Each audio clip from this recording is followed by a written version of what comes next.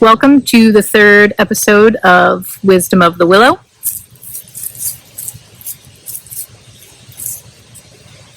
And my guest today is my colleague and friend, Thierry, and our topic is autoimmune disease. So, what exactly is an autoimmune disorder? I'm going to refer back to my talk last week on inflammation because it's very similar. And I'm going to use the same analogy because I got feedback that it's a good analogy. And I like to speak in analogies. And the body's complicated, so it's nice to have a simple way of looking at it. So your immune system is your security system, and inflammation is the alarm going off. So and this is a healthy response. So when we have an injury or an infection, the immune system says, hey, something's going on here. It sends an army of red and white blood cells to either fight that infection or heal that injury. In autoimmune, and that creates the inflammation. The redness, the swelling, the warmth, pain, all of those things are signs of inflammation and signs that the immune system, security system's alarm has gone off.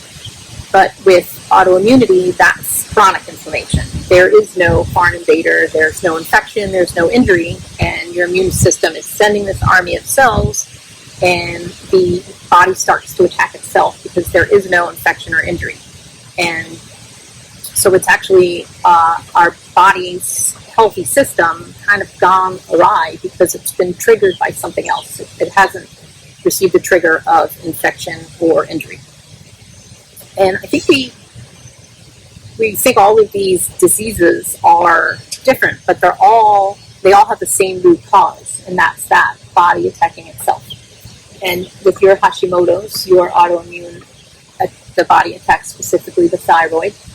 And all the diseases that are so common nowadays, rheumatoid arthritis is an autoimmune disease, same root cause, except the body's attacking the joints. With MS, it's attacking the axon around the nerve.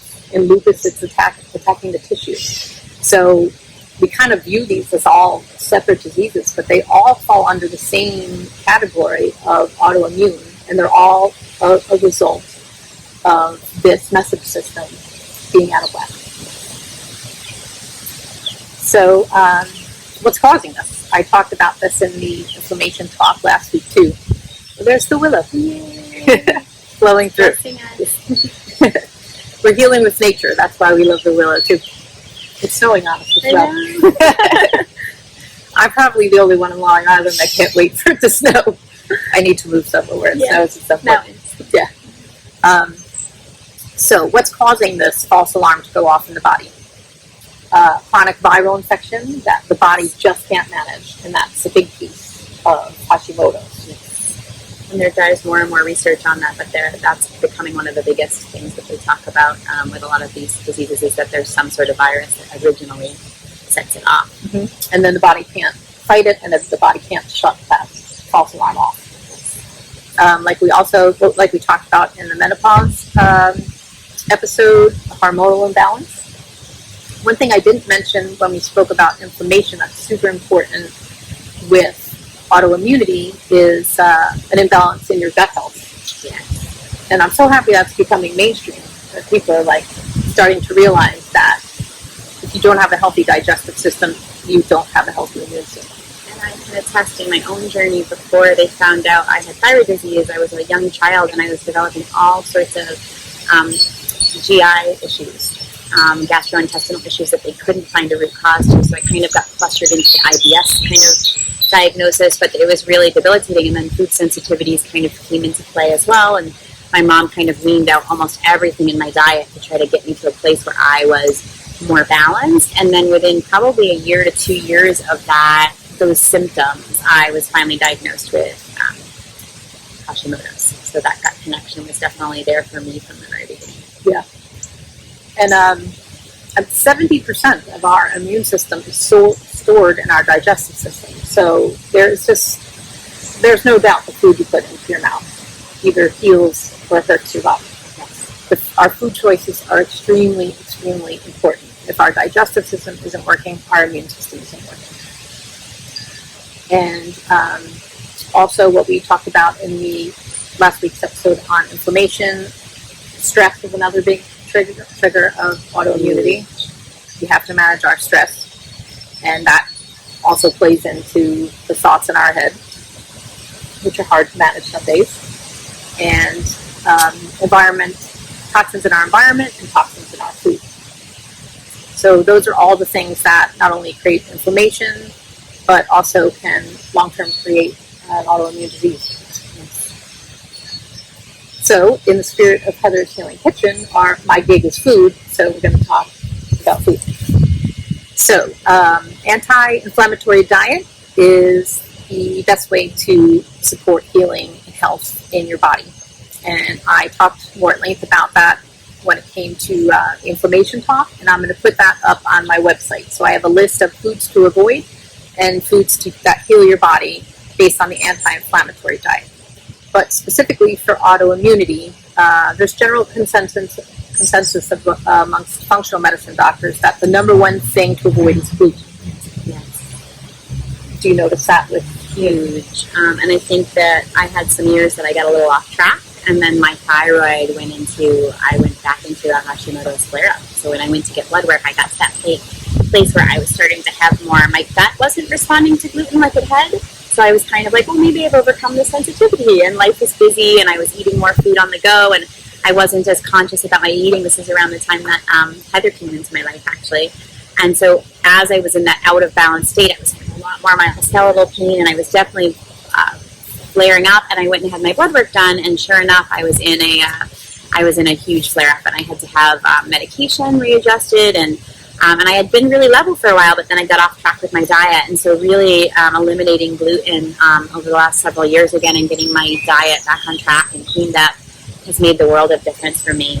And if I go someplace and it's in something and I'm exposed to it, I feel it right away. My fingers will swell, I'll bloat, my face will get a little bit swollen the next day. And so I feel those inflammatory markers almost immediately, where when I was off track, it was building in my system over the time until I got to a point of a huge flare-up. But now I can hear those little signals right as soon as I eat the food, and it's a reminder: don't do that.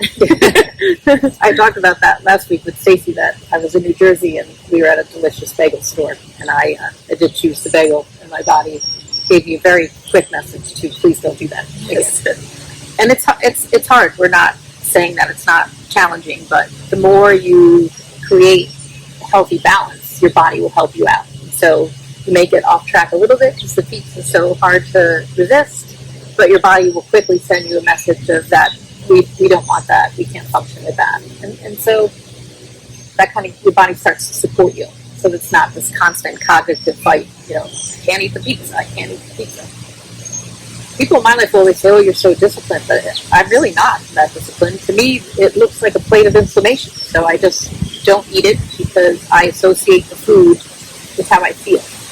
Yeah. And the more we develop a relationship with food like that it's nourishment, and every food we choose either heals or hurts us, we can kind of shift that. And it doesn't have to be perfect. I mean, I generally follow like that 80-20 rule of that. As long as you don't have celiac, which you have to avoid gluten altogether. But if you have a sensitivity, you just do the best you can to stick with it as much as possible. And Heather actually helped me reboot my whole household, and when I was getting back on track with, eating more in alignment with what was going to support my inflammatory levels, kind of had to do an overhaul and rethink about how I was cooking, and life was really busy at the time, and I really needed that support, and Heather was able to successfully hold my hand through meal planning and coming over and prepping with me and just giving me that kickstart and that support that I needed, because I just needed support at the time. I felt so overwhelmed at how off track I had gotten that I really needed to kind of just be pulled back to center. And she supported me incredibly that way, and I'm very blessed. And you pulled me back to center energetically. Yes. And here we are, centered as a Willow. Yay! So, in addition to the anti-inflammatory diet and pulling gluten out of your diet, you can also choose foods that target the specific system or organ that your particular autoimmune problem is affecting. So, since yours, Hashimoto's affects the thyroid, you can choose more thyroid healthy foods, like omega-3 fatty acids that you can get through a fish source, like salmon, cod. I know our first meal plan was lots of salmon. I think we made too much, so We made salmon for 30. Yes. Oh well. It was so I enjoyed it. My husband was like, enough salmon. I think Bruce was like, I'm not having salmon for lunch the fourth day in a row. But the men, they're along for our journey, Yes, absolutely. whether they like it or not. And it's benefiting their health too. It Omegas is. are great for male health. So Yes, it is. If you don't like fish, there's plenty of omega-3 sources that are not fish-based. Hemp, walnuts, chia, Brussels sprouts, my favorite veggie, are high. Dark leafy greens. Really, if you were going to take one thing out, you would choose gluten. If you're going to put one thing in, it would just be more dark leafy greens. Kale, collards, Swiss chard, they're so filled with so many vitamins and minerals that heal not only the thyroid, but the body overall. I love how you just simplified that, Heather, because that can take what feels like an overwhelming task of cleaning your diet up, and it can narrow it down. Like, that was a wonderful suggestion. Yes.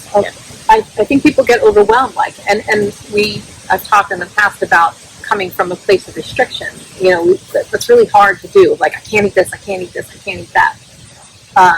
You also want to view it as what I can eat and get creative with it. And what foods can I put into my body that are going to heal me?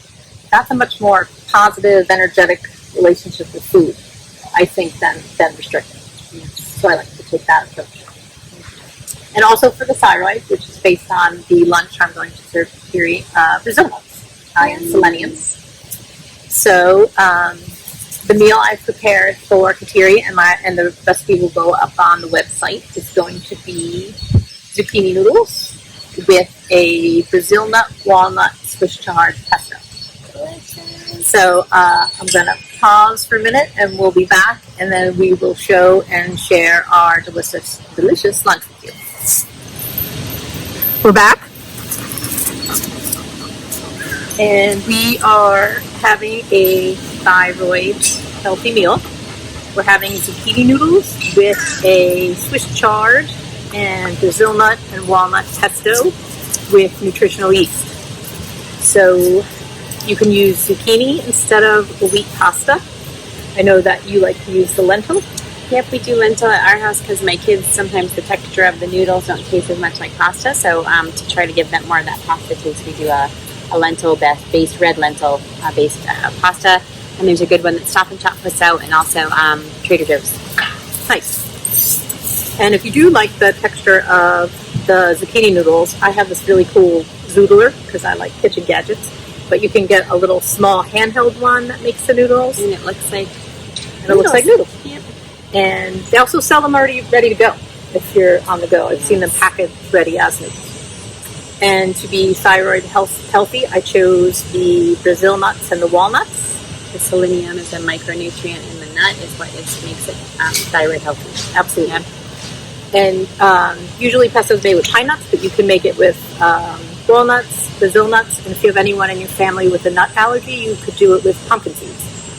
And instead of, to keep it dairy-free, to keep it anti-inflammatory, I made it also with nutritional yeast instead of Parmesan, which gives it this cheesy flavor. So we're going to sign off and enjoy our lunch. Cheers! We'll see you soon.